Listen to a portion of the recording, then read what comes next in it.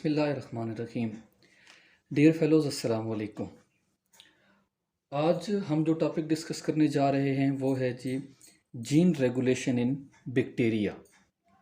Gene regulation क्या होता है? जैसा कि आप जानते हैं कि किसी भी स्ट्रक्चरल जीन का जो एक्सप्रेशन है, जीन की ट्रांसक्रिप्शन होती है, मैसेंजर आरएनए बनता है, उस मैसेंजर आरएनए की ट्रांसलेशन होती है और उससे प्रोटीन्स बनती हैं, और वो जो पॉलीपेप्टाइड प्रोटीन्स होती हैं वो फाइनली पोस्ट ट्रांसलेशनल मेथड के ज़रिए देन वो फंक्शनल प्रोटीन्स में कन्वर्ट होती हैं। तो ये जो पूरा एक मल्टी स्टेप प्रोसेस है, ये ट्रांसक्रिप्शन से translation and post translation mechanism के बाद एक फंक्शनल प्रोटीन एक प्रोडक्ट की फॉर्म में बनती है। तो ये जो जीन की एक्सप्रेशन है ये रेगुलेटेड भी होती है और ये अनरेगुलेटेड भी होती है। जीन रेगुलेशन हमारा टॉपिक है, पहले हम देख लेते हैं अनरेगुलेटेड जीन्स क्या होते हैं। अनरेगुलेटेड जीन्स वो होते हैं जिनमें constant level of gene expression in all conditions, मतलब हर वक्त जो है वो जीन्स ट्रांसक्राइब होते रहते हैं, उनकी ट्रांसक्रिप्शन आगे से ट्रांसलेशन और प्रोडक्ट्स बनती रहती हैं।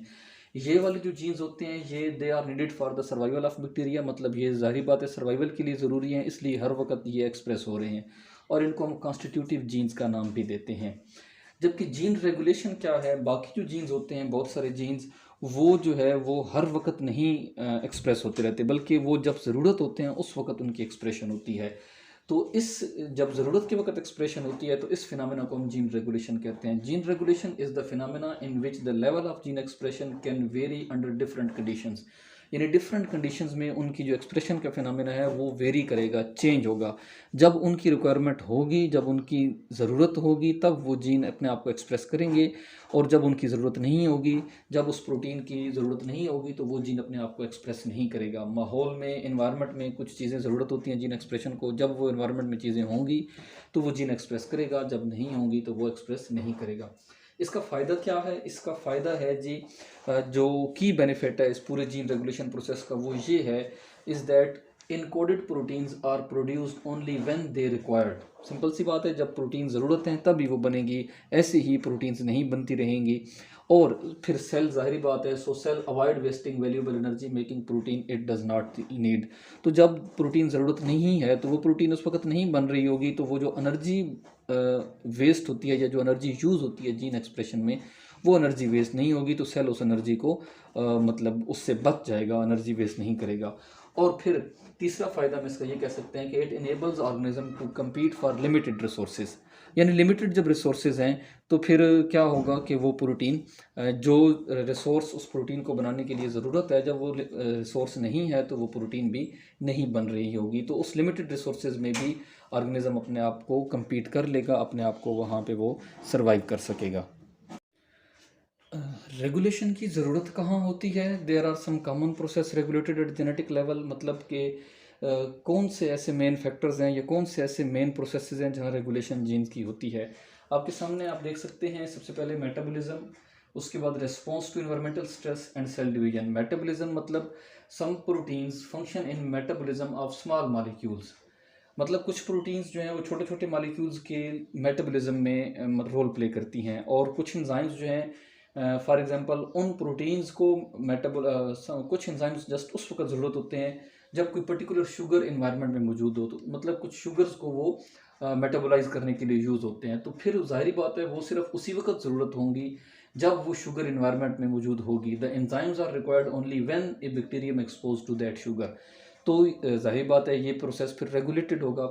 सेकेंड आप कह सकते हैं response to environmental stress. Some proteins help a bacterium to survive stress and these proteins required only when bacterium is confronted with the stress, मतलब कि कुछ प्रोटीन्स जो हैं वो स्ट्रेस में ज़रूरत होती हैं बैक्टीरिया को, कोई भी स्ट्रेस है, कुछ प्रोटीन्स जो कि स्ट्रेस में यूज़ होती हैं, मसलन हीट शॉक प्रोटीन्स होती हैं, ऑस्मोटिक शॉक प्रोटीन्स होती हैं, तो वो उसी वक्त ज़रूरत पड़ेगी जब स्ट्रेस आएगी, जब वो बैक्टीरियम का उस बैक्टीरिया का सामना उस स्ट्रेस से होगा।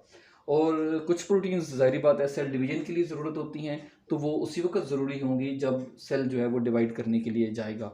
तो ये जो मेन प्रोसेसेस हैं ये हम कह सकते हैं कि इनमें जीन्स की रेगुलेशन होती है। अब हम देखते हैं कि जीन रेगुलेशन के जो मेन बेसिक प्रोसेस है, एक ओवरव्यू है, वो क्या है। अगर हम बेसिक ओवरव्यू की बात करें ट्रांसक्रिप्शनल जीन रेगुलेशन की, तो वो दो बेसिक टाइप्स आप कह लें, दो कैटेगरीज हैं। रेगुलेटरी प्रोटीन्स जिसकी दो टाइप्स हैं, repressor and activator, and small effector molecules जिसकी तीन टाइप्स आपके सामने हैं, इंड्यूसर, को रिप्रेसर एंड इनहिबिटर। हम एक एक करके इनको देखेंगे। पहले रेगुलेटरी प्रोटीन्स जो कि डायरेक्टली जीन के ऊपर असरअंदाज होती हैं और उसकी ट्रांसक्रिप्शन को कंट्रोल करती हैं, और स्मॉल इफेक्टर मॉलिक्यूल्स जो कि डायरेक्टली डीएनए के साथ बाइंड नहीं होते, बल्कि ये small effector molecules in proteins के साथ बाइंड होते हैं और इनमें चेंज लेके आते हैं और ट्रांसक्रिप्शन को रेगुलेट करते हैं। तो हम इनको वन बाय वन देखते हैं।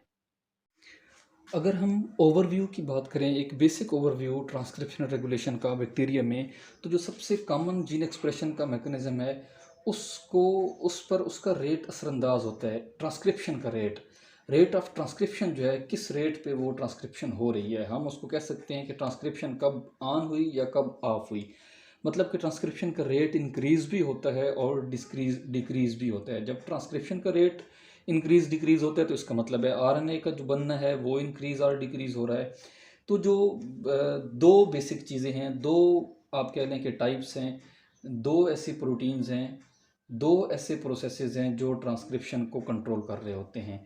नंबर वन पे है जी रेगुलेटरी प्रोटीन्स, और नंबर टू होगा, हम आगे देखेंगे, कुछ स्मॉल इफेक्टर मॉलिक्यूल्स होंगे। अगर हम रेगुलेटरी प्रोटीन्स की बात करें तो दो इसकी मज़ीद आगे दो टाइप्स हैं, रिप्रेसर प्रोटीन्स और activator proteins. A repressor protein, a regulatory protein that bind to DNA and inhibit transcription.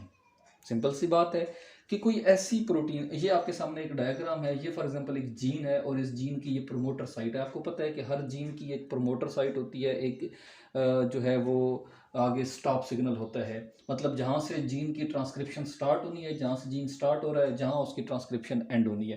तो जो प्रमोटर साइट होती है, हम रिप्रेसर प्रोटीन की बात कर रहे हैं कि अगर कोई रिप्रेसर प्रोटीन जो है वो रिप्रेसर प्रोटीन अगर इनहिबिट इसको ट्रांसक्रिप्शन को इनहिबिट कर रही है, तो वो अगर इधर प्रोमोटर के साथ बाइंड करेगी, यहाँ पे आप देख सकते हैं कि जैसे ही ये प्रोटीन इनहिबिटर प्रोमोटर के साथ बाइंड करेगी तो ये ट्रांसक्रिप्शन के प्रोसेस को स्टॉप कर देगी, और जब ट्रांसक्रिप्शन का प्रोसेस स्टॉप हो जाएगा तो आरएनए बनना बंद हो जाएगा। तो ये हम इसे क्या कहते हैं, ये एक रिप्रेसर प्रोटीन है जो ट्रांसक्रिप्शन को इनहिबिट कर रही है, मीन स्टॉप कर रही है। इसको हम नेगेटिव कंट्रोल भी कह सकते हैं। उसके बाद जो दूसरी रेगुलेटरी प्रोटीन है उसका नाम है एक्टिवेटर प्रोटीन। एक्टिवेटर वो प्रोटीन्स हैं, ए regulatory protein that increase the rate of transcription. इसका क्या मतलब है कि ये आपके सामने एक जीन है और ये इसकी प्रोमोटर रीजन है। ये वाली प्रोटीन जैसे ही इस प्रोमोटर के साथ बाइंड करेगी तो ये ट्रांसक्रिप्शन को स्टार्ट कर देगी। जब ट्रांसक्रिप्शन स्टार्ट हो जाएगी तो मैसेंजर आरएनए बनना स्टार्ट हो जाएगा। ये फॉर एग्जांपल आप देख सकते हैं कि मैसेंजर आरएनए बन गया है। तो सिंपल सी एक बेसिक बात थी। दो रेगुलेटरी प्रोटीन्स हैं, एक रिप्रेसर और एक एक्टिवेटर। रिप्रेसर उसको इनहिबिट करती है ट्रांसक्रिप्शन को, और एक्टिवेटर ट्रांसक्रिप्शन को इंक्रीज करती है। रिप्रेसर के फंक्शन को हम नेगेटिव कंट्रोल कह सकते हैं और एक्टिवेटर के फंक्शन को हम पॉजिटिव कंट्रोल कह सकते हैं। रेगुलेटरी प्रोटीन्स के बाद कुछ स्मॉल इफेक्टर मॉलिक्यूल्स भी जो होते हैं वो ट्रांसक्रिप्शन को या जीन एक्सप्रेशन को रेगुलेट करते हैं। मेन दो प्रोटीन्स हैं रेगुलेटरी प्रोटीन्स, आपने अभी देखा, रिप्रेसर और एक्टिवेटर। रिप्रेसर जीन एक्सप्रेशन को या ट्रांसक्रिप्शन को स्लो डाउन या इनहिबिट करती हैं और एक्टिवेटर उनको एक्टिवेट करती हैं, मीन प्रमोट करती हैं। लेकिन उनके अलावा, रेगुलेटरी प्रोटीन्स के अलावा कुछ जो है वो स्मॉल इफेक्टर मॉलिक्यूल्स भी होते हैं, वो भी क्या करते हैं, ट्रांसक्रिप्शन पर अपना असर डालते हैं, मतलब ट्रांसक्रिप्शन को कंट्रोल करते हैं।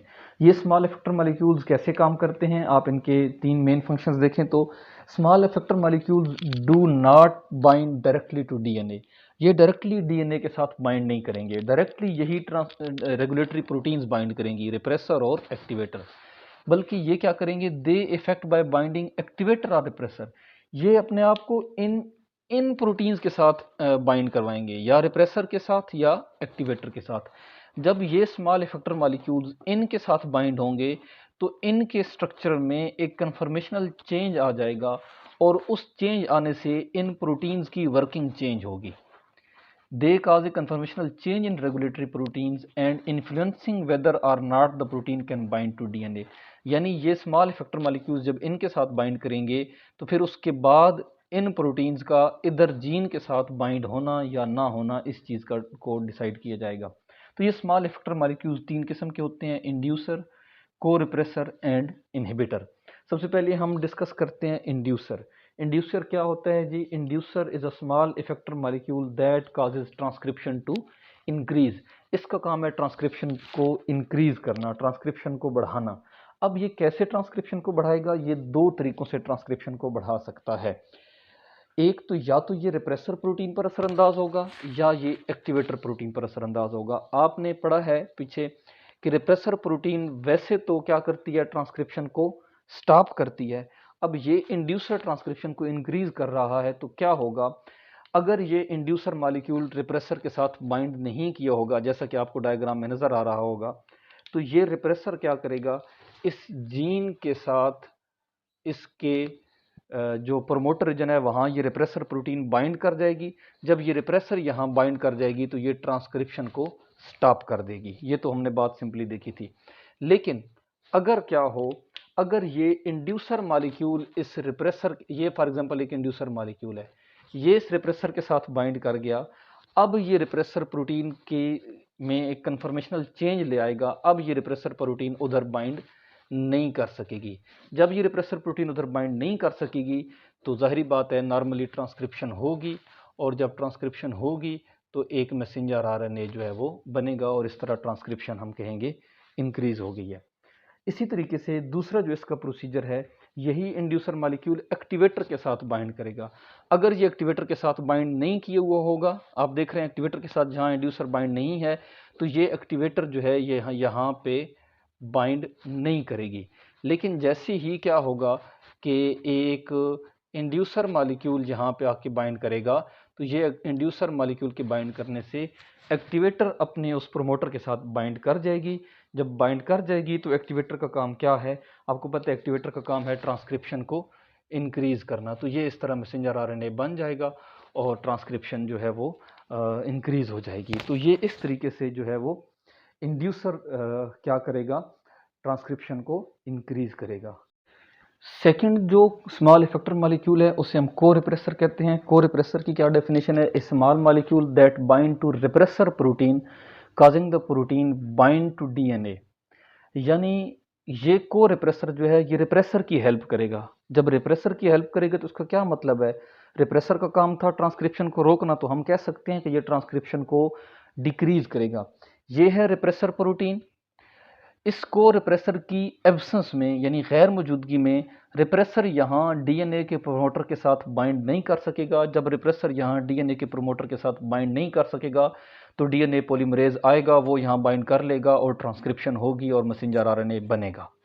लेकिन को रिप्रेसर की प्रेजेंस में जब को रिप्रेसर इधर आ जाएगा तो को रिप्रेसर इस रिप्रेसर की हेल्प करेगा that bind protein causing that bind to repressor protein causing protein bind to DNA. यानी को रिप्रेसर यहाँ पे आया, ये को रिप्रेसर है, इसने रिप्रेसर की हेल्प की और रिप्रेसर यहाँ बाइंड कर जाएगा। जब रिप्रेसर यहाँ बाइंड कर जाएगा तो ये ट्रांसक्रिप्शन का प्रोसेस नहीं होगा। तो ये जो को रिप्रेसर है ये क्या करता है? ये ट्रांसक्रिप्शन को स्टॉप करता है बाय हेल्पिंग रिप्रेसर, रिप्रेसर की हेल्प करके आप इसको कह सकते हैं। तो ये को रिप्रेसर था। थर्ड अगर आप देखें तो इनहिबिटर, नाम से ही जाहिर हो रहा है कि ये भी ट्रांसक्रिप्शन को इनहिबिट करेगा। लेकिन कैसे? It bind to activator protein. आपको पता है एक्टिवेटर एक रेगुलेटरी प्रोटीन थी, तो ये एक्टिवेटर प्रोटीन पे इफेक्ट होकर असरअंदाज होकर इन्फ्लुएंस करके ये उसको क्या करेगा? प्रिवेंट करेगा it from binding to DNA. तो ये एक्टिवेटर को रोकेगा। एक्टिवेटर का आपको पता है कि एक्टिवेटर ट्रांसक्रिप्शन को एक्टिवेट करती है, मीन प्रमोट करती है। अगर इनहिबिटर नहीं होगा, in the absence of inhibitor this activator will bind to promoter, यानी ये एक्टिवेटर प्रोमोटर साइड पे बाइंड करेगी। तो जब ये बाइंड करेगी तो ये ट्रांसक्रिप्शन को क्या करेगी? इंक्रीज करेगी। लेकिन अगर इनहिबिटर आ जाएगा, ये देखें फॉर एग्जांपल इनहिबिटर मॉलिक्यूल आ गया है, तो इस इनहिबिटर के अटैच होने से ये वाली एक्टिवेटर प्रोटीन इधर प्रोमोटर के साथ बाइंड नहीं कर सकेगी। जब ये बाइंड नहीं कर सकेगी तो यहाँ पे ट्रांसक्रिप्शन जो है वो नहीं होगी। तो इस तरह ये ट्रांसक्रिप्शन को स्टॉप कर देगा। तो ये क्या था? ये एक ओवरव्यू था ट्रांसक्रिप्शनल रेगुलेशन ऑफ जीन का। हमने देखा कि जो ट्रांसक्रिप्शन है वो दो तरीकों से कंट्रोल हो रही है। एक डायरेक्टली बाय रेगुलेटिंग प्रोटीन्स जो कि डायरेक्टली डीएनए को बाइंड करती हैं, और दूसरी बाय स्मॉल इफेक्टर मॉलिक्यूल्स जो कि क्या करते हैं, इन रेगुलेटरी प्रोटीन्स के साथ आकर बाइंड करते हैं और इनमें कन्फर्मेशनल चेंज लेके आते हैं और फिर इन पर असरअंदाज होकर ट्रांसक्रिप्शन को कंट्रोल करते हैं। तो ये एक बेसिक मैकेनिज्म है transcriptional control of bacterial gene.